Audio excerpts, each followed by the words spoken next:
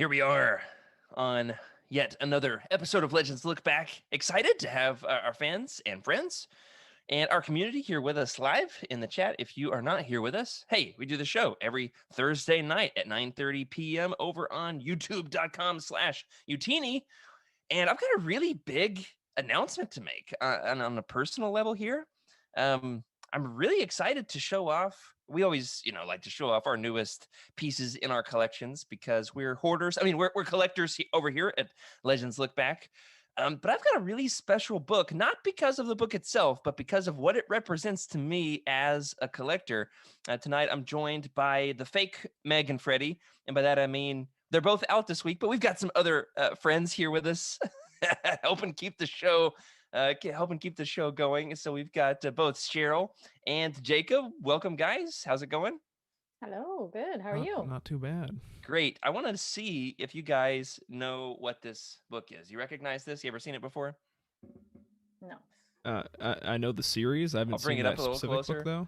Yeah, this is Fate of the Jedi Apocalypse.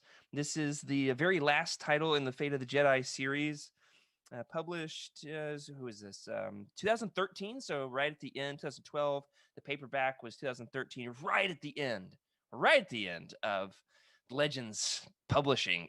Before the big drama, the big bomb was dropped in in April of 2014.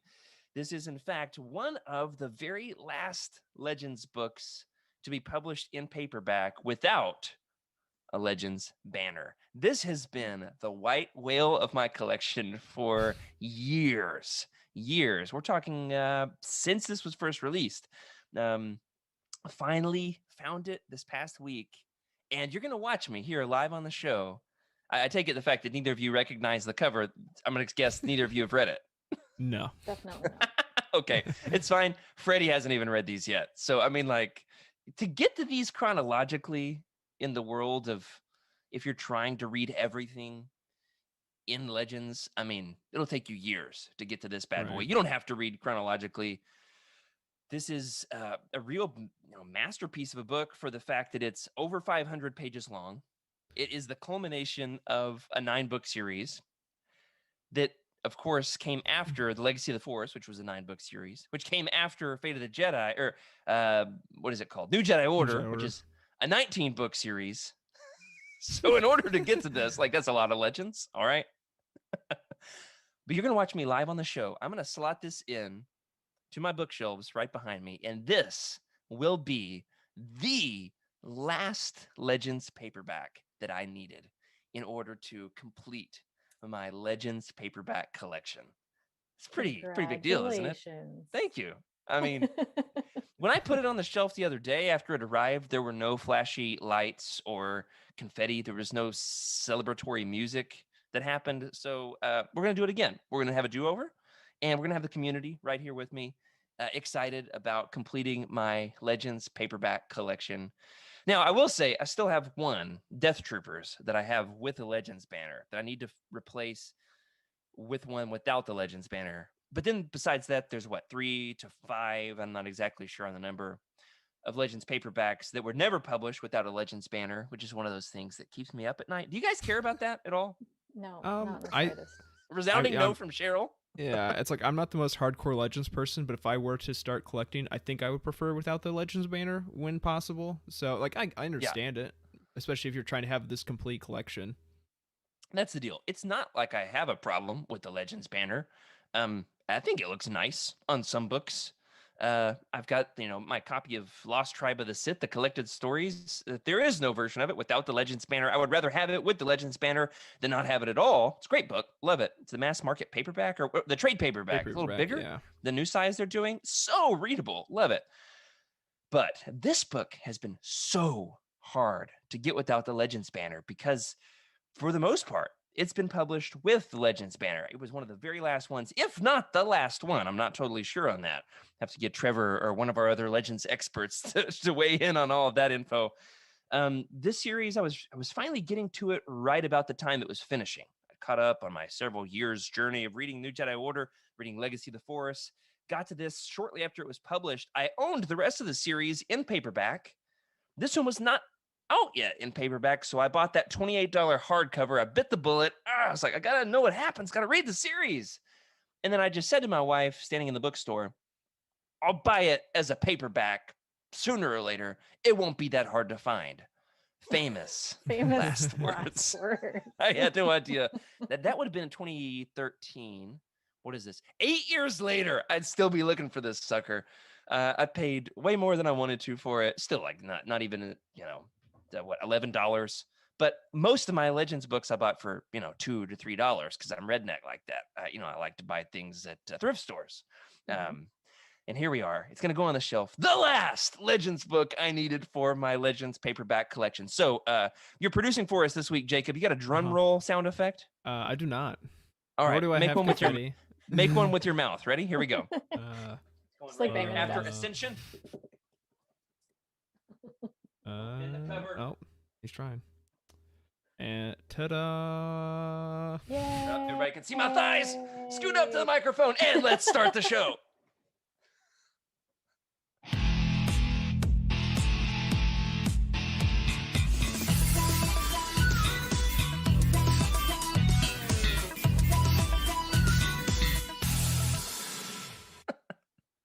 Hello, everybody, and welcome to Legends Lookback. We're proudly, let's try this again. We're proudly a part of the Utini Podcast Network. This is what happens when my other co-hosts don't show up for the show. I say crazy things and words that are not actually the right words. This is a Star Wars books podcast for people whose number one life goal is to get slimed with that neon green slime that they use on Nickelodeon in the 90s and for it to happen on live TV. Ew. But one of those box TVs that you have to turn on with your fingers instead of with a remote, where we talk about all things Legends. We're celebrating our rich EU history as well as diving into lesser-known Star Wars classics. I'm your host, Jared Mays, and today there's no Freddy. There's no Meg, but I'm not here all alone. Thankfully, that would be awkward, wouldn't it? If I was just sitting in here talking about Legends books, that would be like any other night that's not a Thursday night. I just sit in here and rant about Legends books. My wife is like, I don't care. But tonight, I'm not alone. In fact, joining me on this journey is our friend from the Great White North, Cheryl Bell. We didn't scare her off last week. You came back. I did, but I don't want to be slimed. You don't want to be slimed? No. I mean, like, what if you got paid to do it? I have to get paid a lot of money. I would do it for free. I mean, it kind of sounds fun.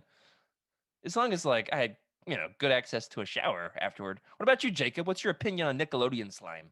I feel like it was kind of being phased out by the time I was a kid, and I don't know if, like Cheryl, I'm not sure if any normal adult would want to get slimed, in this day and age. What are you saying, Jacob?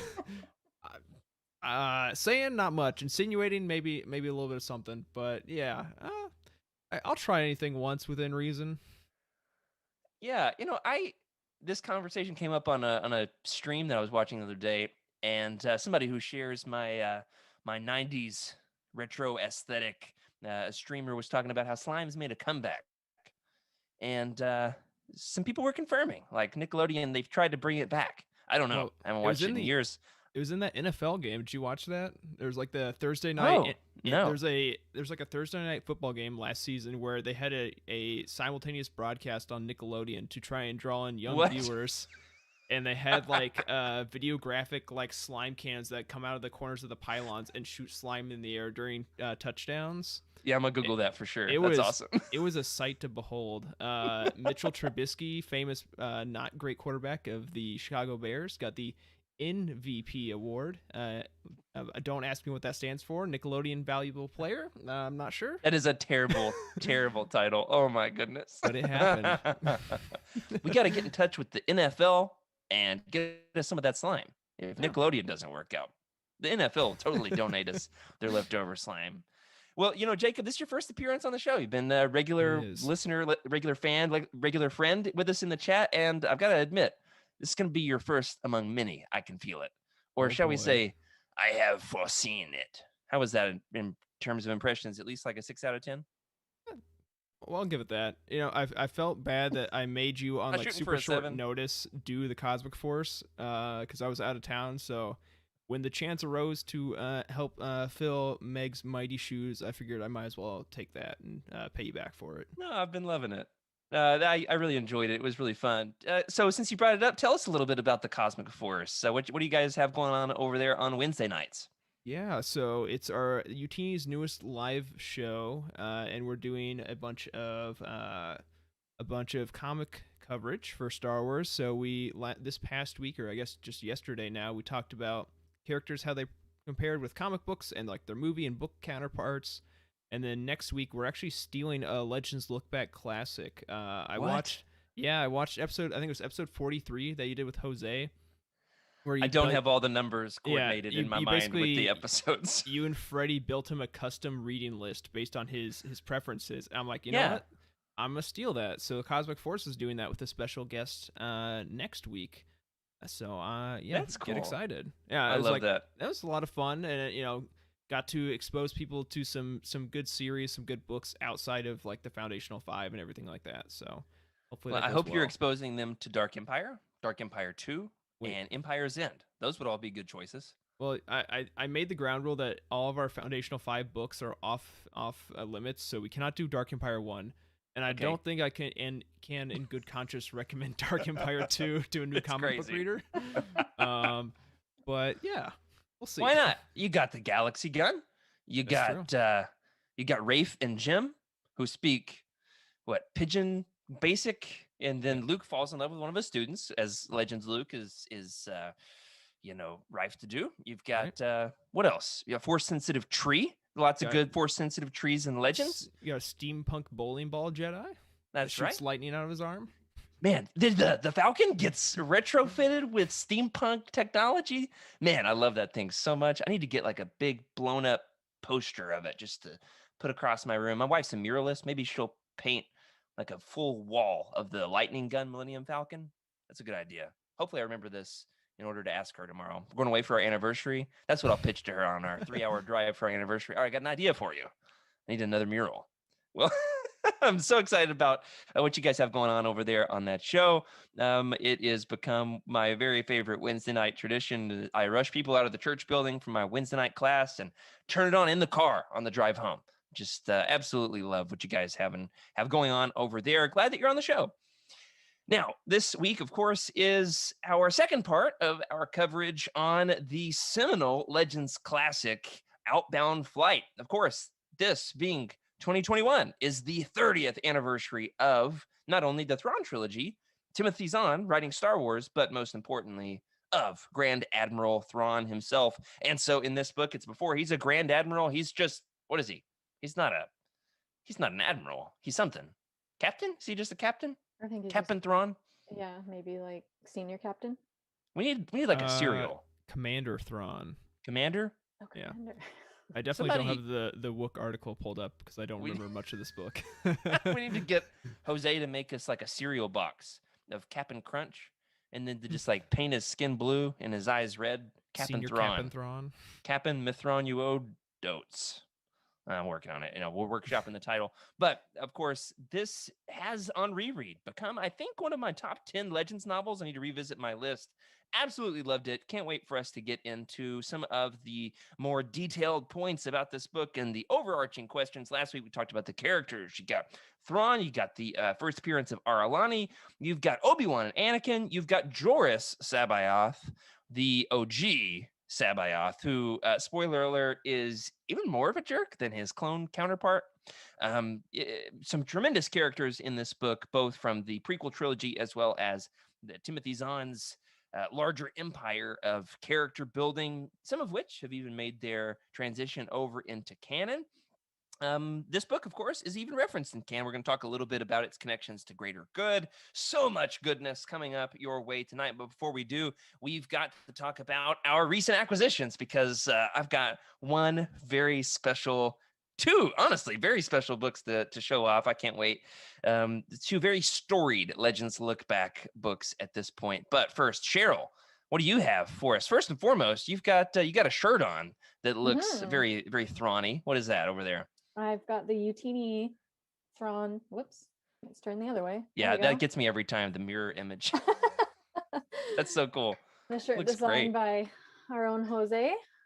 I think I've added that thing to my cart like 20 times and haven't pulled the trigger. You can't buy all the Star Wars things you want to buy. No, I had it because it was a part of my perk as a Oh, cool. Jedi Yeah. High Council member for Yeah. a while. It flex so. that Jedi High Council status. There you go. Excellent. All right. What about Star Wars books and Yeah, merchandise? so even though I'm not going to keep it, and I'll tell you why in a sec. Oh no. My Signed copy. signed copy. I like that sticker on there. Right? Your first of many So. signed copies. Yeah, so where is the I've got page? Zahn's autograph Oh, there behind it me on the is. shelves, but not in a book, weirdly enough. Yep, checks out. Looks like the autograph I've got. Yep. So the reason why I'm not keeping this one is because after this one was announced, they came out with that Goldsboro one Oh, with yeah, the sprayed red edges. Mm-hmm. So I definitely ordered that one. Did you really? I almost did. So that one's in the mail right now. It's going to take a while to get to me because it's coming from the UK and I'm in Canada. Yeah. So this one I'm probably just going to send to Adam because he collects every single canon Star Wars book that comes out. Cool. Nice. Here's the deal with the Goldsboro. Okay, so if people don't know what she's talking about, I think she did a good job describing it. With Thrawn Ascendancy, Chaos Rising. Man, why does that have such a long stinking title? It has blue pages, and then people were like, "Okay, this one's got a red cover. It's going to have red pages." And then on Twitter, they were like, "Well, not so fast. Like that's actually kind of a complicated publishing detail to work out, and it's with the printer, and they weren't able to pull it off in the U.S., but Goldsboro in the UK did." And the dedicated fans like Cheryl have gone out of their way. They said, forget about oceans. Just yeet it over the ocean over to me, and I'm going to get it on my shelves. Now, here's the reason why I didn't get the Goldsboro edition. First of all, I'm going to try to get the out of print edition. That's me too. Yeah. Same. It's gorgeous. It's gorgeous, and I need it. My wife has started to catch on to the fact that I've been buying multiple copies of Star Wars books for collectible purposes. And she's like, we're going to have to narrow some of that down. If you've read the book and you have a copy, let's not buy 3. And I'm like, that's true. But I did buy 2 different sets of the original Thrawn trilogy this past week for different reasons. I wanted to have a loaner version. You got to have, those are like very loanable books. And I don't want, my books are important to me. I don't want to have, as has happened with my copy of Victor Prime, I don't want my neighbor to have it for a year. So I've got loaner versions now. There's a good reason. All right. I have readable versions. I don't read my signed copies. I have another copy of it over there. That's the non-signed copy that I use for actual reading. Exactly. Yeah. So we're on the same wavelength here. Here's why I didn't get the Goldsboro, though. Those red pages are not visible from the shelf if your spines face outward. Correct. So nobody will ever know. But I will know. I know. Now, this is me trying to convince myself, Cheryl. You're the devil on my shoulder in this scenario. Oh, sorry. Yeah, I got the blue pages on Chaos Rising. Actually, accidentally bought 2 of those. So that's part of the problem that we're dealing with. Long story short, congratulations. I'm very jealous. How about you, Jacob? Yeah, so, I also I got in on the Goldsboro, but mine also is still coming from the UK. But I have a few acquisitions for this week. First, it came like more than a week ago, but I had to represent something Legends on this show. Yeah, so that's right. There it is. I joined the Insider Fiction collection. Gorgeous. Look at the shine on that thing. Man, excellent. This is wonderful. There was, I don't know if you guys remember, there's a data leak with Equifax a couple years ago, and there was a class action lawsuit in my state. So I got an Amazon gift card for which, of course, I bought Star Wars books with. Oh, that was part of that. Oh, cool. Good. Yeah. Then I got to represent some comics. I showed this on the show last night, but I got the Will Sliney variant for the War of the Bounty Hunters Alpha. I really like that one. I'm trying not to buy any variants for that. This one was a cheaper one, so I didn't feel as bad. And then this one is a big flex for my canon fans. Ooh. Sorry, that was a gut Look at that reaction. grin. Look at that genuine grin on his face. He's so happy. Yeah. The back of it is gorgeous, man. It looks great. Yeah, I didn't think I would pick that up for a while, but I found a decent deal on it, and I just I want to get all the canon hardcovers eventually, and I just figured if I found a great deal on it, I might as well get that one out of the way. It's like I got that. I have The Last Jedi, so I don't really have Heir to the Jedi and Lords of the Sith and Tarkin are the other hard ones I have left, but yeah, that is cool. My list is similar. I don't have A New Dawn. I do have Heir to the Jedi because it's a very important book around here at Legends Lookback. I mean, it's Meg's not here tonight to defend herself, so I'll just say this much. It might be one of her favorite books. I can't remember if it's in the top 5 or top 10. It's on there somewhere. It's notorious because it was supposed to be a part of a Legends trilogy, and then, for better or for worse, depending on your judgment of the book, I won't say here, it ended up on the canon side of things. Barely missed the cutoff there. Now I've thought about show the back of that book again for a second here, Jacob. I love the back cover. That is gorgeous. I am contemplating, I'm either going to get the regular Rebel Alliance logo or the Rebels version, that version of the Starbird. The Sabine Starbird one, yeah. I'm either going to get one of the two as a tattoo on my shoulder. And I've been waffling for 2 or 3 years on which version I want. But the Starbird, man, that looks great on that back cover. I'll just get A New Dawn tattooed onto my shoulder. I'll get the front cover on the left shoulder. Book jacket quote. And then whenever I meet John Jackson Miller at a convention or something, I'll just have him sign right in between. John Jackson Miller. Surely he'll do it.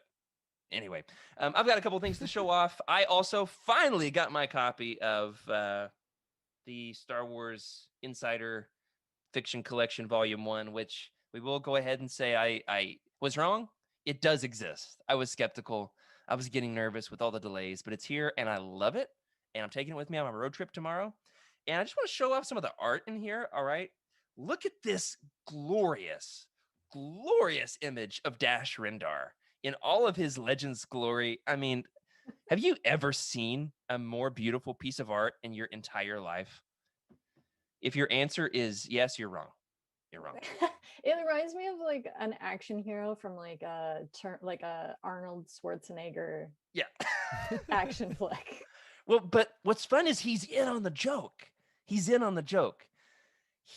just read Shadow Games, I think is the name of the book. It was one of the last Legends books. It's a Dash Rendar prequel to Shadows of the Empire. It's just a fun, goofy adventure. And he and Han have like these verbal sparring matches all through the book about how he's a wannabe Han Solo. And like, he's in on the joke. It's part of his character's lore. It's so breaking the fourth wall. But does he yell, "Get to the chopper"? I'll have to read it with that accent. I'll reread the book. That's excellent. Cheryl, you could do the audiobook. I don't think I've ever heard a Canadian do such a good Arnold Schwarzenegger. I'm a huge Arnie fan, but I can just quote Predator quotes. That's it. That's so great. Oh my goodness. We'll do a crossover event one of these days, Star Wars and Predator podcast. That'll be excellent.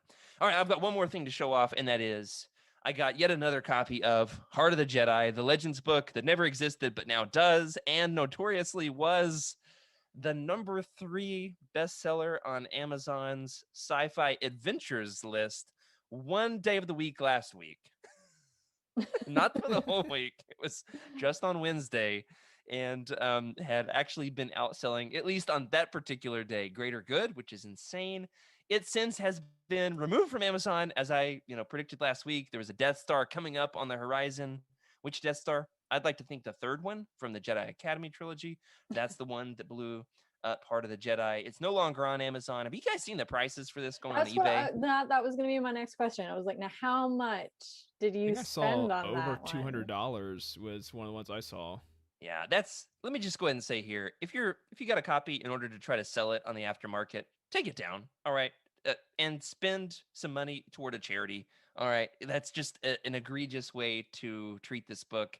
If you're buying it for collectible purposes, I get it. That's why I got it. But I bought the nonprofit version. No profit went to the person who just posted the manuscript on Amazon for this to just be collectible for Legends fans. Kenneth C. Flint isn't seeing any of the money on those eBay resellings. It's undercutting an author whose career was ruined, first and foremost, by this book. It's also, it's undercutting the publisher, who's not getting any money on this either.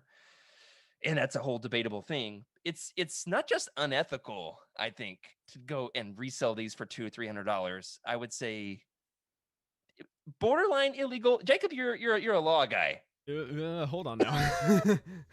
I will be a law guy, hopefully, knock on wood, in 3 years. So Law guy, as call in me like then. law guy, as in like you know more laws than me. I don't know about that. That's actually, we'll see. Okay. Well, you've heard my sermon. If you get a copy of this, put it on your bookshelf, loan it to a friend, read it for crying out loud. Read it. Luke jousts with a Tusken Raider on the back of a bantha. It's amazing. But I went ahead. I already had a copy, but I got this one just for the spine. Look how well formatted that spine is. And that's going to go great on my Legends paperback shelves. It fits in so nicely right over here. All right, I'm not going to do it right here on the show because I want to get it just right. I don't want to bend the cover because these things have become collectible at this point. But what some great acquisitions we've got here. Do you guys over in the chat have any that you want to tell us about? Would love to hear what your most recent Star Wars books are that you have picked up. But without further ado, we are going to talk about Outbound Flight. We're not going to go into as much detail on the backstory of this book. Of course, it was first slated for release in 2005, was delayed until 2006.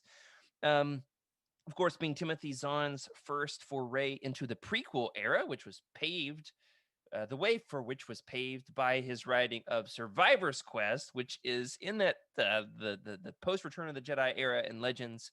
Of course, Cheryl got the tip from our buddies Mike and Skooma Joe. You might want to read Outbound Fight after you have read Survivor's Quest. We'll talk about that relationship a little bit tonight. That's in 22 ABY. This is in 27 BBY. If you don't know what I'm talking about, it doesn't matter. They're 50 years apart or something like that. This, of course, is prequel era, 5 years after the Battle of Naboo. And we, of course, last week talked about the plot. If you want a full summary of that, go back and listen to last week's episode. But for tonight, we're going to talk about the overarching questions. First and foremost, one of the more difficult points to comprehend, I, in fact, had to ask Cheryl ahead of time before we went live with this episode. Hey, help me out here. How exactly did Thrawn defeat the Vagari? Because, all right, I'm going to show my redneck brain here for a second. I get a little confused with Timothy Zahn's plots, especially some of the space battles. If I'm listening to an audiobook in particular, I'm absolutely hopeless. This one mostly makes sense to me, but I want Cheryl to help us figure it out. How exactly, in your opinion, does Thrawn defeat the Vagari, Cheryl? Yeah, this one had a lot of moving parts. I kind of like to picture it like how a chess player has to adjust his strategy after every move his opponent makes. And Are you how saying he has chiss to or chess? Chess. Chess I'm kidding. player. Sorry. I get it. And how he has to like utilize every piece on the board in order to win. Yeah. Sort of. The ending of this definitely feels like there's a lot of moving chess pieces on the board. So help us remember who all are the moving chess pieces. You got Droidicas. Yeah. So he uses a lure in the case of the Vagari to try to like skirt around the preemptive strike rule with the Chiss. Sure. He utilizes Cardass in understanding his convictions, knowing like kind of like what actions he would take. And to your point, he uses the resources of Doriana and the Separatist droid army after he defeats them. And he incapacitates Outbound Flight as a threat, though I would say that the ultimate fate of Outbound Flight was probably not what he fully envisioned.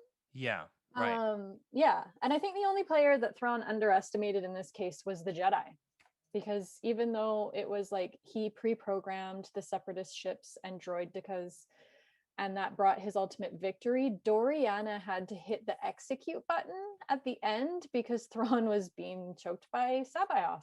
Yeah. He didn't anticipate that the Jedi would be cruel.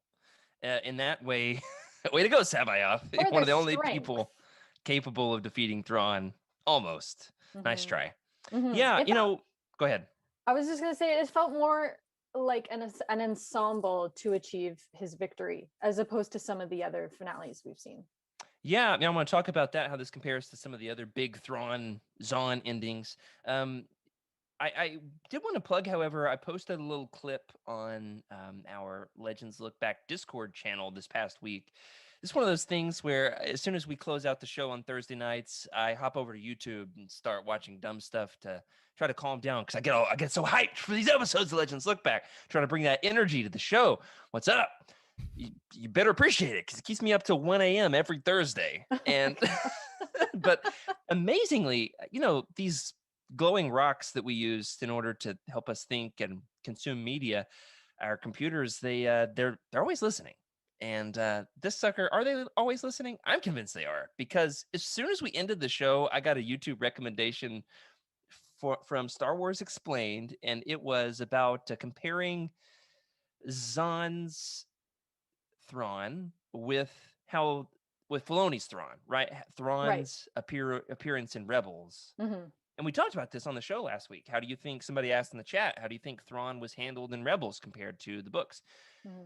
And Star Wars Explained a few years ago, right after he was introduced in Rebels, they did an interview with Timothy Zahn, very brief, 5 minutes or so. And they asked him about it. And he made a great point that I want to bring up here. Zahn says that, yes, Thrawn is a critical thinker. He's a military genius. He's able to anticipate people's moves because he learns their culture. He does his homework. He's always one step ahead, 2-3 steps ahead on the chessboard. However, the only way to defeat Thrawn is with someone he cannot predict, something unexpected, someone he can't get ahead of. And so obviously that's what happens in Rebels. I won't spoil it there. That's what happened at the end of the Thrawn trilogy. Do you think that is ultimately true about Thrawn, that the only way to defeat him is to throw something at him that he can't anticipate? Yeah. My only problem with it in regards to Rebels is that if we're to go with what we've seen in the books, he's met Anakin, so he's met Jedi before. So that's why I would say he would anticipate how, like, he just gets thwarted by them a little too easily in Rebels, but that's because that's what the story had to tell. But yeah, it definitely is, like in this case especially, this is his first time in Legends where he encounters Jedi and their power. Yeah, and that's why this was so cool back in 2006. When I first read this, I didn't have 2 other Thrawn trilogies to read, in which case sometimes he's hanging out with Anakin. And in this, there are not just Skywalkers, for whatever that means, and what a goofy little play on words they've got there. In this, it was really novel to see young Thrawn hanging out with Obi-Wan and Anakin, hanging out with pre-clone Sabayoth. It was really, really fun, kind of a mashup of a book. However, let's compare this to some of these other Thrawn endings. We've had 1, 2, 3, 4, 5 other Thrawn novels written since this. How does the ending of this big twist ending, compared to some of Zahn's other big finishes? It's one of the things that Zahn likes to do, is have a big twist ending, right? Yeah, that's what I was gonna say. How does it compare? They all have twist endings. Yeah. They all have that moment where you're like, right, what? Yeah. So Jacob, have you read Scoundrels? I have not, no. Okay, I don't want to spoil it for you. There's there's a twist ending at the end of Scoundrels. It's not a big space battle twist ending where there's one other chess piece on the board that's introduced that's able to win the battle, but it's more of a character centric twist ending that absolutely, I remember I was mowing my lawn listening to the audiobook 10 years ago, listening to Scoundrels, and I was really enjoying it. It was like kind of a B-level book for me. And then I got to the ending. I just remember like turning off my lawnmower immediately and like realizing he had pulled the wool over my eyes or rug out from under me. Which one is it? I always mess this up. Pull the I think I wool messed over it your up eyes. last Just week. go with that one. He had totally baffled me with this ending. I did not see it coming, and since it's become one of my favorite Legends books. So I think, other than Scoundrels, this is my favorite big Thrawn twist ending. Maybe The Last Command. You got Luke, kind of cool that they've cloned Luke's hand into making a. And I prefer this one. That's the solution. Yeah. Go ahead. I think this one. I prefer this one to The Last Command. Well, The Last Command, it's definitely kind of kitschy, right? It's kind of goofy. the way Mara's able to defeat, the last command of you must destroy Luke Okay, well, I liked Skywalker's that aspect of it, Jared. kill Luke Skywalker, but with 2 U's and a blue lightsaber. Yeah. It's goofy. This one stacks up pretty well. What do you think, Jacob? It's been a long time since you read this book, It but has been a do you very have long time. do you have a particular Zahn twist ending that you love? I don't know if I have one in particular that I love the most. I think, like how you're saying with like his big twist endings, especially with his space battles, I've as of recently, especially with Greater Good, I've learned to just accept that I'm along for the ride and I'm not gonna be able to anticipate what that twist is. Like, I'm usually someone with like the plots of books or movies that tries to think ahead and figure out where this is going, but and it's like, all right, well, I know he's gonna do something crazy at the end, and I'm not gonna expect it, so I might as well just enjoy the moment while I'm in it. So yeah, Yeah. yeah, Look at I you. think So optimistic. I think of the Thrawn books I can remember, I think maybe Chaos Rising has my favorite ending, but I don't know. I like after finishing Greater Good recently, I feel the need to go back and reread a ton of them. With what time I don't know, but eventually I'll get there. Yeah. Yeah. Hey, I'll say this much. I won't spoil Greater Good's ending, but I will say it's got a twist ending and I liked it. So there's that. Have you finished it, Cheryl? You're I did. I nodding finally finished enthusiastically. it. It has Yeah. a I can couple see you're twists, containing and I was yourself. like, yeah. Oh man, is there a twist? If you know the twist, don't put it in the chat. Keep it to yourself. Let's give it that. What's our spoiler policy at Utini? Is it 1 month before you can have no 3 spoiler months tags? actually with books. Okay, Psh, you guys need to hurry up. Jump into light speed with your reading. No, it's fine. It's fine. I actually had to just move a Legends Lookback Roundtable because I don't think I'm going to be able to read things as fast as I thought I would. I'll say this much about the Fiction Insider collection, the Insider Fiction collection. There's more text in here than I thought there would be. There's Yeah. there's multiple columns on every page with very fine print, and so I had to build myself more time. We are going to do a review of it, but it'll be probably July at this point because we got a big announcement at the end of the show of something we're going to do next. Before we get there, this was, of course, Zahn's first foray into the prequel era. Talked about that a little bit. And I want to know, in your opinion, is Zahn a better prequel era writer or like an original trilogy Legends sequel era writer, like post Return of the Jedi Zahn or prequel era Zahn? Which do you prefer, Cheryl? I mean, obviously, I think he's great at both, but I think since he's lived with the OT characters an era longer, that he writes that era really, really well. At least at the time that this book came out, anyway. Like, if I had to choose. Now, of course, with all his new works, Yeah. I think they're all pretty comparable, but I really just loved how, in my opinion, he absolutely nailed the characterizations of the OT characters. Yep, that was my answer. So, way to go. You only get one answer this week because Cheryl took my. Yeah, I agree. He's one of the only characters one of the only writers for me who can do Leia very well. It's really hard to write Leia for most Star Wars writers, and a lot of times they're just like, yeah, she's a mom. End of story. And I'm like, no, there's so much more to her than that. She's the damsel who wasn't in distress. It's an incredibly pivotal character in fiction, in English. The fact that she is the princess who totally reinvents what a princess is in fantasy storytelling. Zahn's the only one who can do her well, especially like in Legends, especially back in the day.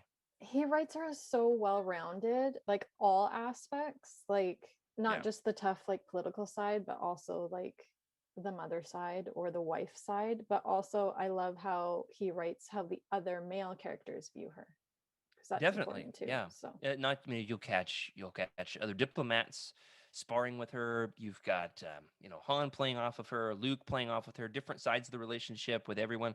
But I will say with this book in particular, I loved him writing Anakin and Obi-Wan. This was a particular joy for me. I could not believe when I reread how much I enjoyed just hanging out with Zahn's Obi-Wan and Anakin. Clearly he enjoyed it. I think he had a lot of fun getting to write Obi-Wan and Anakin, don't you? mm-hmm. All the stuff with them is just delightful because, in my opinion, now this is my hot take on Thrawn. Meg and Freddie aren't here to keep me in line, so going off script a little bit here. All right, now I'm gonna be positive. I like the canon Thrawn books, but I love Legends Thrawn books. Okay, there's a difference. And here's the reason why. I think Thrawn is most interesting, not because of him. He's a little bit too much like space Sherlock Holmes for me. I think he's most interesting because of the characters that surround him. I think his stories are most interesting depending on who you put him in conversation with and in conflict with. You agree, Jacob? Yeah, I think Meg actually had a tweet about this maybe a week or two ago where she had a conversation with someone, or she saw a review on Goodreads or something like that that said about Greater Good that they didn't like it as much because there wasn't enough Thrawn. But yeah, I think it's like, all right, well, whatever. But yeah, the thing that makes Thrawn interesting is it's not even the fact that he's surrounded by all these different characters. It's how they view Thrawn and viewing Thrawn through their lens. So, Yeah. you know, putting on my canon cap here for a second, like, you know, Eli Vanto, seeing how he sees Thrawn and seeing how Arlani sees Thrawn and all these different characters, and Thalia sees Thrawn, I think that's what makes it interesting because they all have their different interpretations of who that person is. It's like, obviously Thrawn's an interesting person, but he's so like, I always like to tell people he's basically like Star Wars Encyclopedia Brown, where he's just like, you know, you put in situation, he comes out with battle plan, and I think seeing how other people view that is what is interesting, not him and himself. And Outbound Flight for me was so rewarding in that regard because you've got such a different mix of characters reacting to Thrawn and spending time with Thrawn. In particular, loved his relationship with Kardos in this. It's like they're kind of becoming friends, and then Kardos saves this villain who at this point is becoming more of a likable character. But before this book, he was just a villain. Of course, you've got him playing off some of Palpatine's cronies. You've got Doriana and his crew. You've got him playing off of Nemoidians and reacting to battle droids and droidicas. And then Obi-Wan and Anakin and young pre-clone Sabayoth. I just loved the way that that Zahn wrote those prequel era characters. Now, your answer there, Jacob, reminded me of you said Meg found a person who said, well, it needed more Thrawn. It didn't have enough Thrawn. Well, if you want more Thrawn, may I recommend the 2016 covers, which I finally acquired, of the original Thrawn trilogy, which, may I remind you, our friends over at Club J did the math. They did the percentages. They crunched the numbers. This series of books, thanks to our buddy Aiden in the Discord for selling me these at a very reasonable price. So happy to finally get my own copies. They have 275% more Thrawn than the original covers of the Thrawn trilogy. You want more Thrawn? Here you go, more Thrawn. Well, we'll talk more about re-envisioned covers for some of these books as well. We're going to pitch what the new cover might look like for Outbound Flight before the episode is over. But first, let me ask this. Which era do you think Thrawn more naturally fits in to you? At this point, we've seen Thrawn in this prequel era with the Ascendancy trilogy, with Outbound Flight. We've seen Thrawn in the original trilogy era with Rebels. We've got Thrawn in the post Return of the Jedi era with the Thrawn trilogy. There's not many characters that can cross over every era of Star Wars like Thrawn can. So in which era do you prefer Thrawn? It's a different question than how do you like Zahn's writing in which era. The question is, which era do you think Thrawn more naturally fits into you, Cheryl? Well, I personally prefer him in the pre-Empire era, if anything, because I always love the story of him learning, and I also like it when he isn't aligned with the fascists. Like, I can more fully root for him and not feel like I shouldn't, you know? Yeah, wow, that's a crazy thing to say. You heard it here first, folks. She likes it when he aligns with the fascists. No, I said it's not what I said, Jared. What'd you say? I said I like it when he isn't aligned with the fascists, so that I'll admit I was typing a for comment him. on YouTube. All right, it's Yeah, my fault. The key difference there. Apologies. I edit the episode, so I can make you say whatever I want. Jacob, do you have an opinion on this? Which era does Thrawn fit in best for you? So here's the problem: is you invited me on the show. I have not read Outbound Flight in probably, oh boy, But you've read it. I haven't. I have read it. It's probably been about 12 years. I have not read the original Legends Thrawn trilogy in my entire life. So You can't even ask Jacob this question. I just had like a bit of a spasm when he said here, that. let me fix something real quick. We'll just do the rest of the show like this. Perfect. I like it already. I've been demoted to the in your ear only producer. Jacob, did you know that there's comics? You can read the original Thrawn trilogy in comics. They've got comic adaptations. There's no excuse. Okay, I'll tell you what. Once I finish the Marvel, the canon Marvel books, which actually is not that far out of the way for me right now, I will read all of the canon or the Legends Thrawn trilogy via comic books. All right, let me know when you do it. I'll read them with you. I'll probably be sometime this summer, hopefully. I love the comic adaptations. Cheryl, have you read the comic adaptations? No. They're great. They're absolutely great. But are they as good as the books? Like what? Like you must be missing huge chunks of. Yeah, you have to read both. Absolutely.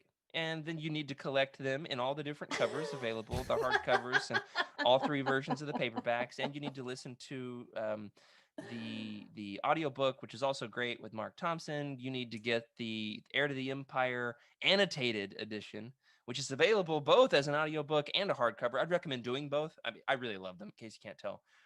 But Cheryl, I'll send them to you if you don't have them yet. I've got them on Comixology. They're great. I love. What's better than reading about Nogri? Looking at Nogri. Look at their teeth and their. Oh man, it's great. It's excellent.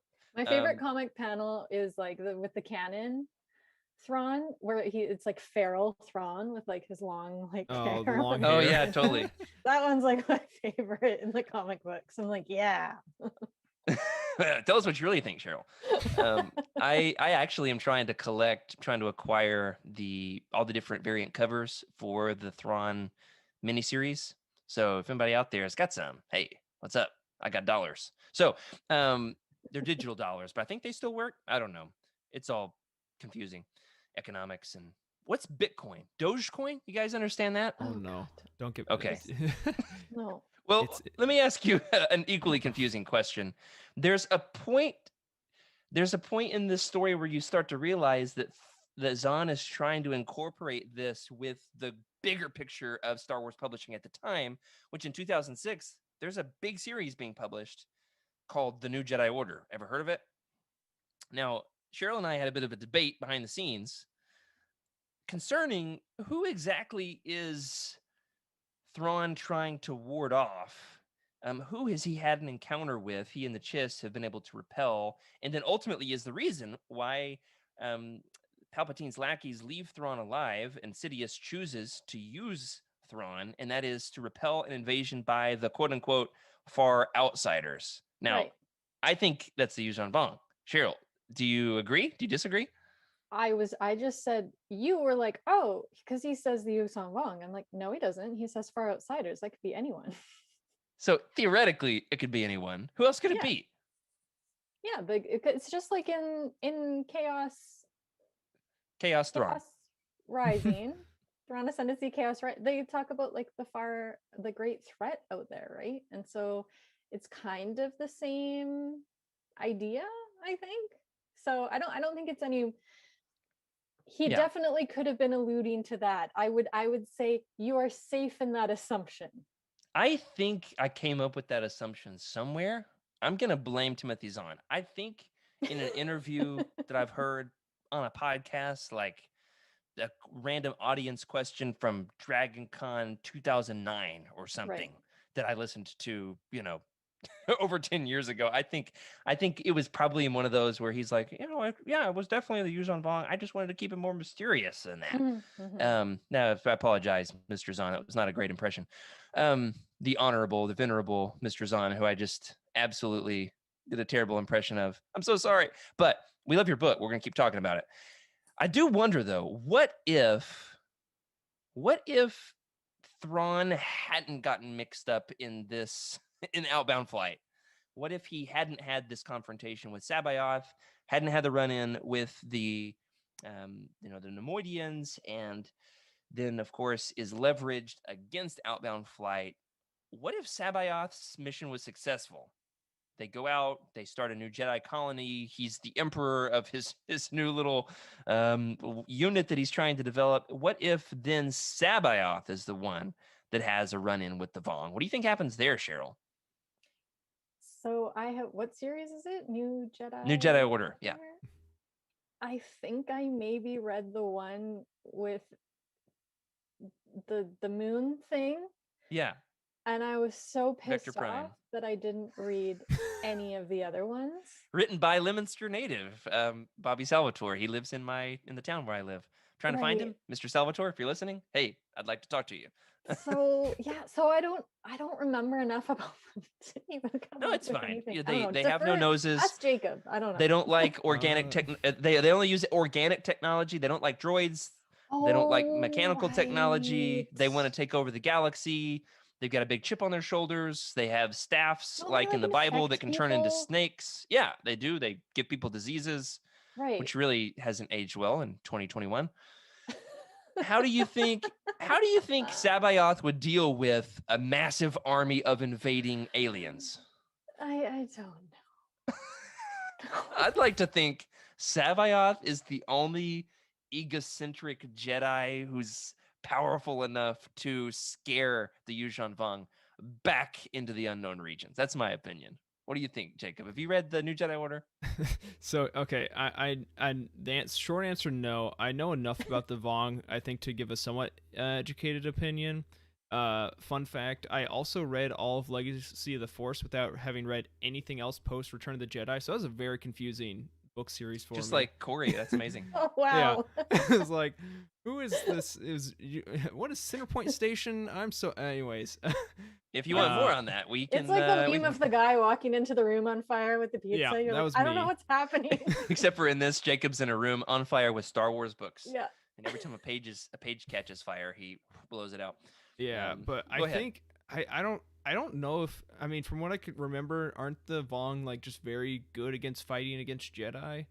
So I don't. Yeah, because the Jedi can't detect them in the Force. Right. They're I don't invisible think in the Force. Sabayoth by himself with a small colony of children would be able to do that much against them. Yeah, you're right. So actually, if they get sent back to sent back to the core, I don't know if the current military might of the galaxy. I don't. Obviously there's a Jedi army at that point, which again not as effective. But I don't know if the clone army compares to the giant military industrial complex that was the Empire. So I don't think that. I think it would be pretty bad times for, I mean, even in New Jedi Order is a very bad time for the galaxy. I think Clone Wars era galaxy would be in a much worse situation. You're definitely right. My point is less that it has to do with the Force and more that Sabayoth is such a jerk that they would get so annoyed with him that they would go back into the unknown regions. Well, you know what series Sabayoth is not in? The sequel/prequel to this, with what our buddy Andrew Bell calls Star Wars' backwards storytelling magic, and that is Survivor's Quest. Now, Cheryl, you got a heads up tip to read Survivor's Quest first, which I didn't bother to tell you because I don't actually think it matters for this book. It matters for Survivor's Quest. I don't think it matters for Outbound Flight. Now, which one, after having read both, would you recommend people read first? Yeah. And the reason why Mike and Joey were like, read Survivor's Quest first is because they knew that I had it. And that I hadn't read it yet. So they were like, well, read Survivor's Quest first. Like, trust us. Like, just, I know you got to get to Outbound Flight and reread that, but just if you can bang out Survivor's Quest first, do that because it'll be much more enjoyable. And it was, because it's kind of like a whodunit and a mystery that like Luke and Mara are solving. And if you read Outbound Flight first, then like all of that is gone. Like, right. Yep. That's the one thing I remember is if you read Outbound Flight first, it spoils the ending of Survivor's Quest. However, reading Survivor's Quest doesn't contribute very much to your understanding of Outbound Flight. Is that true? I mean, no, you don't have to, but I liked seeing the different, like how they played off I was like, oh, that, you Sure. know? Yeah. Sorry, I'm not being great with I haven't words. I'm read it just in making 10 years, so I don't really know. So I have to go back to it. I do want to ask this though. Which one do you like better? I think I prefer Outbound Flight. Me too. Survivor's Quest is in my opinion one of Zahn's weaker books, but If you really like Luke and Mara and them working together, you'll really enjoy Survivor's Quest. yeah, If that's you true. really, really want a lot of Thrawn, read Outbound Flight because Yeah. he's not in Survivor's Quest. That's like saying this is one of the worst chocolate ice creams, as if there could be such a thing, right? Yeah. Um, I think it's still Survivor's Quest was also our first bigger glimpse into Chiss society and family structure than any of the other Legends books that we had at that point. yeah, definitely. I'm actually writing a collection, a piece for Utini about all the Star Wars books you should read if you want that nitty gritty Chiss stuff. And so they got to make sure I get Outbound Flight in there. Might have to reread it just so I can write an even better piece for the site. Coming your way this summer sometime. I don't know when. Meg's on vacation and she does the editing and scheduling for me. So we'll figure it out. Right now I'm writing a Bad Batch piece that's very, very close to being finished. I've been watching a lot of Clone Wars this week. My wife's like, "Why are you watching Clone Wars?" I'm like, "It's research. All right. This is for the site. It's not just to blow off, to waste time." But another good way to waste time, however, that connects to Clone Wars is the way that Obi-Wan and Anakin are portrayed in this book, how they tie in. Just absolutely love having them in the book.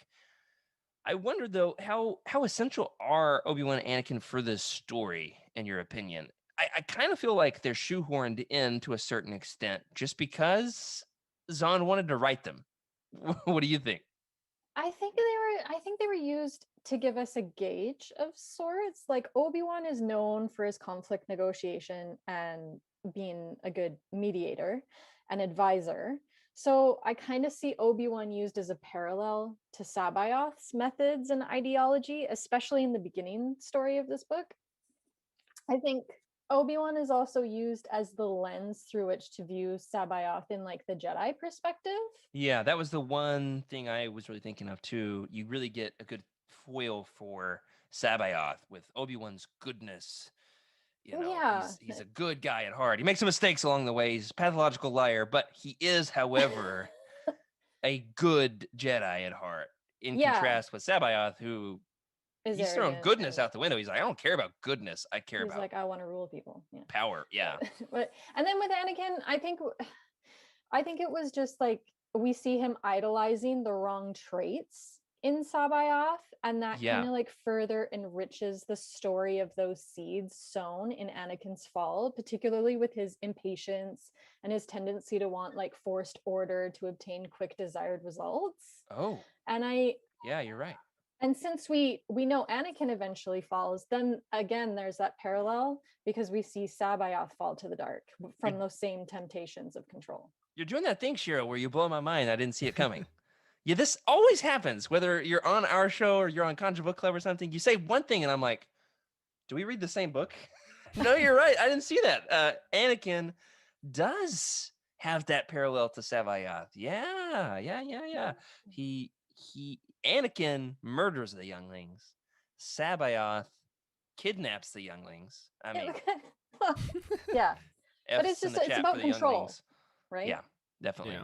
I mean, so you got the line in Attack of the Clones. He was like, someone should make everyone follow the rules, Yes. basically. So a little an extension of that. Yeah, I feel like a lot of the authors in the prequel era will, you have everyone likes to try and plant the seeds for Anakin. I feel like that's almost a guarantee for any prequel era novel. And then if the Emperor's involved or the Chancellor's involved too, you also have to have a few lines of him being like, "Ooh, I am very interested in having this man as my apprentice in like 10 years."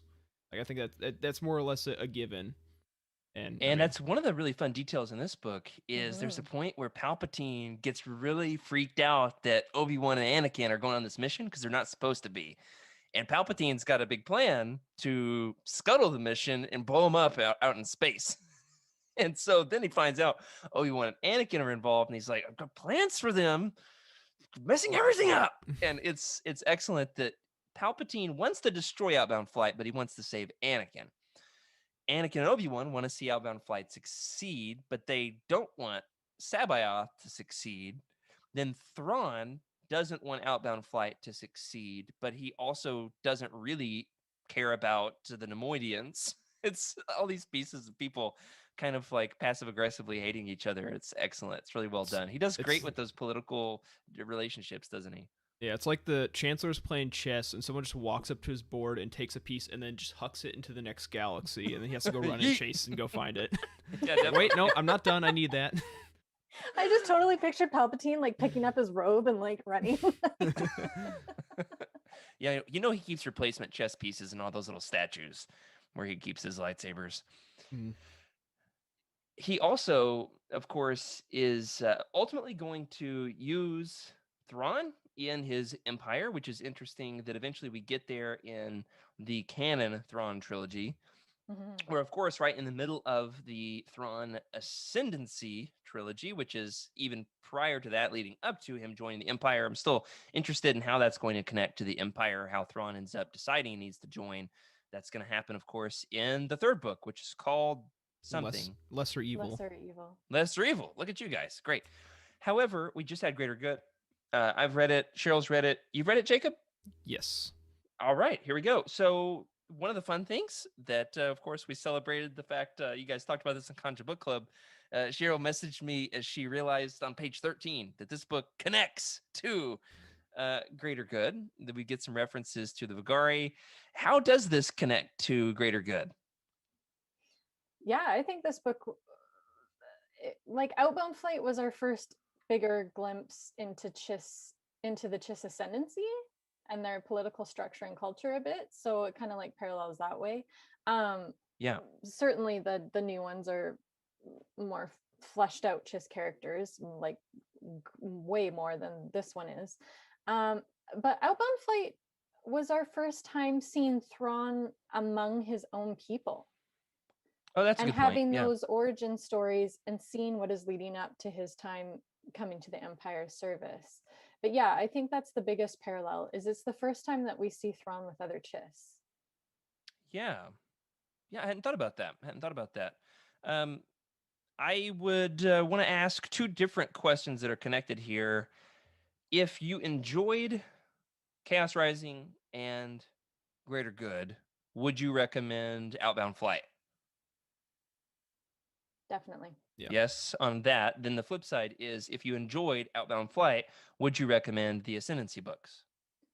My first one would be to suggest Thrawn.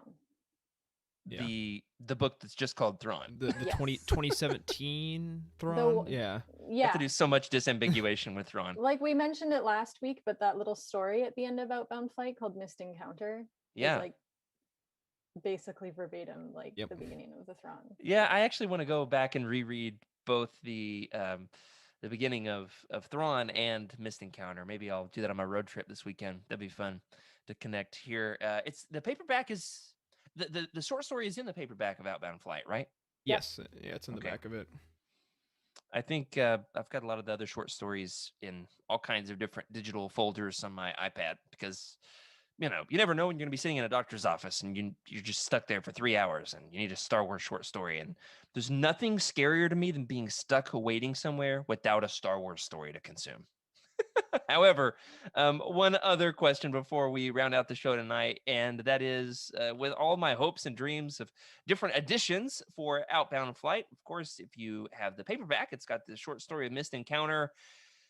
We're hopefully going to see another paperback of Outbound Flight. Cheryl, what do you think the chances are that Outbound Flight is selected as one of the essential Legends collections? You know, these new Legends reprints that are going to happen in the trade paperback size just announced, last month? Have they said how many there are going to be? No, There's it's an indefinite number. Well, so they said there's going to be another wave. I think it was in the summer. There's another wave of books, and then there's not going to be one in the winter just because of like publishing cycles, and then there's potentially more waves next year depending on I think what sales are. Yeah. So in my mind, you know, anything that could be counted as an essential Legends book could theoretically end up in a reprint Is this an essential Legends book for you? For me personally, obviously. Okay, I think so too. I think Thrawn's it's top tier. Yes. I think it's top tier. So, what do you think the chances are this is selected? I'm gonna say like they're fairly high. I'm gonna say if I was gonna take the over or under, I'd take the one that I can never get the betting. I don't bet. I'm not a gambler. I'd like to think that this will happen. What do you think? I hope so. I definitely hope so. I can't see why not. Yeah, I think it just depends Jacob? on how many of these books we get. So I definitely don't think it's in the next wave. I think there are too many other important books that are gonna come first. It's how many waves are we gonna get before, is interest gonna run out before they hit Outbound Flight? Hopefully no. Like I hope they get to it, but yeah, we'll just have to wait and see. Did they do Heir to the Empire, right? Heir to the Empire. And that whole trilogy. Other two yet. The whole trilogy is slated to come out this year. So they didn't so make a that'll big be in the formal first. announcement, but there has, however, been leaks through publishing catalogs that they're slated for later this fall. Yeah, so I would think that one's obviously in the first round. I don't think Outbound, if they are going to do Outbound Flight, I don't think it's going to be in the first round, but I hope that it is in subsequent.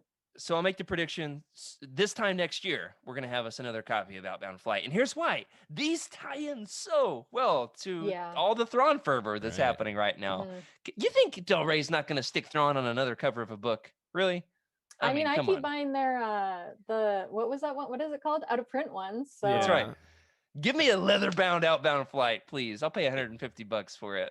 Yeah, it's like Lesser Evil comes out in the fall of this year, so people are gonna be needing their Thrawn fix next spring. So that's right. Maybe. Hey, here we go. All right, we've foreseen it. It's happening. Now, as a true art connoisseur, Thrawn would really want to have some excellent artwork on the cover of a book featuring him. So, what do you think a re-envisioned cover for Outbound Flight would look like? In case you don't have it here, Jacob, you might have it pulled up. The cover for Outbound Flight is a spaceship. Right, it is. There we go. It's Outbound Flight, as I like to consider it, a bunch of dreadnoughts duct taped to a storage core. There it is. And I heard a lot of people passed over this book because they found the cover not interesting. The cover looks like a sci-fi novel, but it doesn't necessarily look like a Star Wars book, other than the massive Star Wars logo on the front. I like the cover because it fits into the larger world of sci-fi. It looks like it could be an Andy Weir novel, but or a James S.A. Corey book, but I feel like we got to put Thrawn on the cover this time. What is the cover of Outbound Flight if you're designing it? Just Thrawn. It's just big blue face, red eyes. Star Wars. So front and center with hearts all around his face. So you may remember I did some mock-ups for you guys when this initiative first came out, and I didn't have a whole lot to contribute to the conversation during this, so I might have done it in my spare time. Oh, that's good. Yeah, there you go. I definitely did. I mean, it's obviously just the cover, and then Thrawn is actually on the back of the paperback. He is, and it looks great. Like I really like the art for him there. This is the studliest Thrawn there's ever threw been. him in the corner. I love it. Oh my goodness! I mean, again, with like you were saying with the new Heir to the Empire book, it has 275% more Thrawn. So I figured we need a significant increase in Thrawn on this cover as well. Excellent. I love it. It excels in the increase in Thrawn for sure. If he was critiquing it, he would say, perhaps there could be more of me. All right, I tried. Eric's is better. I am going to say I would like to see Thrawn in the middle, Obi-Wan and Anakin on one side of him with their arms crossed looking the other way, and then shirtless Sabaoth is on the other side with his arms crossed looking cross at Obi-Wan and Anakin. And then over all of their shoulders are naked Palps's eyes and that wicked grin that he does. Right. I mean, you'll only see his face. You won't know that he's naked, but we know he's naked. That's my pitch. So there's no spaceship. There's just a lot of characters, way too many characters, like the Force Awakens poster. That's kind of how I'm picturing it. Nice. But Jacob's was great. If you guys, our listeners, have an idea on what you would like the cover for this to be, please let us know. Throw it up in the YouTube comments, which I will definitely check and not forget about. And you can also put those in the Legends Lookback Discord channel, or you can, of course, give us a comment on Twitter, because now I've got the login. So look out, world. Look out, world. Well, this has been a lot of fun. I've really enjoyed this. Jacob, we've got something fun coming down the pipe with Legends Look Back and the Cosmic Force. You want to tell people about that? Yeah, so this is a great idea from Jared. We are going to do a bit of a crossover event next month. So there's a great novel by the names of Shadows of the Empire and Legends. And there's also a graphic novel version of Shadows of the Empire and a video game and a soundtrack. So between us, Legends Look Back, and Game Night, we don't have a soundtrack show, but if we did, the group of us will be doing a Shadows of the Empire, I guess, comic book crossover for the month of June. So that'll be exciting.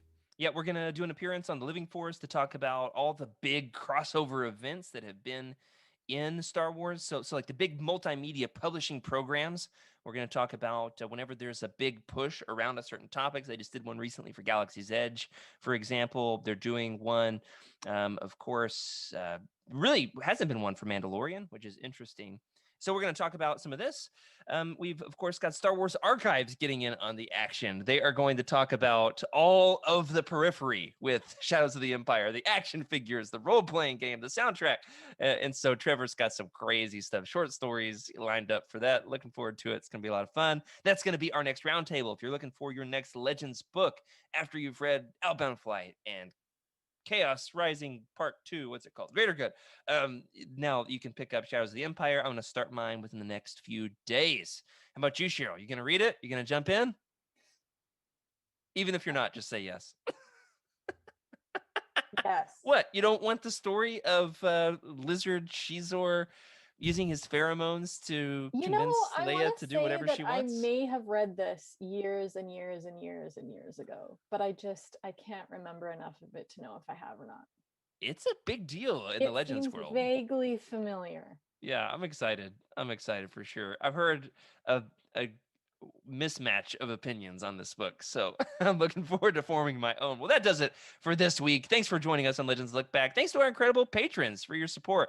We love making the show, and we are glad you are here along for the ride. Special thank you to the one and only Cheryl Bell, to Patrick Ortiz and Carl Sander on our Jedi High Council, to Elizabeth Cloutier, Jason Mitchell, Sally and Chris Eilerson, and of course Freddie C as well on our Alliance High Command for their amazing support. Send our buddy Freddie some good vibes, who's got some family emergency on his hand tonight and can't make it. So thoughts and prayers with our buddy Freddie. Looking forward to having him back next week. However, guys, I've loved having you here for the show. This has been a lot of fun. Really enjoyed our time together. If you, of course, want your thoughts right on the show, you can email us at legendslookback@utini.com. Send us a message in the Legends Lookback Discord channel. Leave a comment on this episode on YouTube. You can find us on Twitter at Legends Lookback.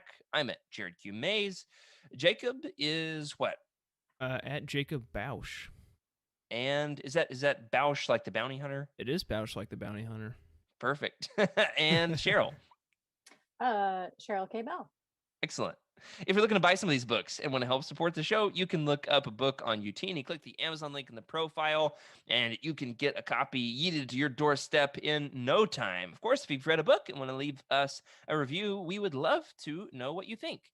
And remember, of course, no matter what you think, please try to keep the Utini fan code and be a force for positivity in the fandom. Until next time, may the force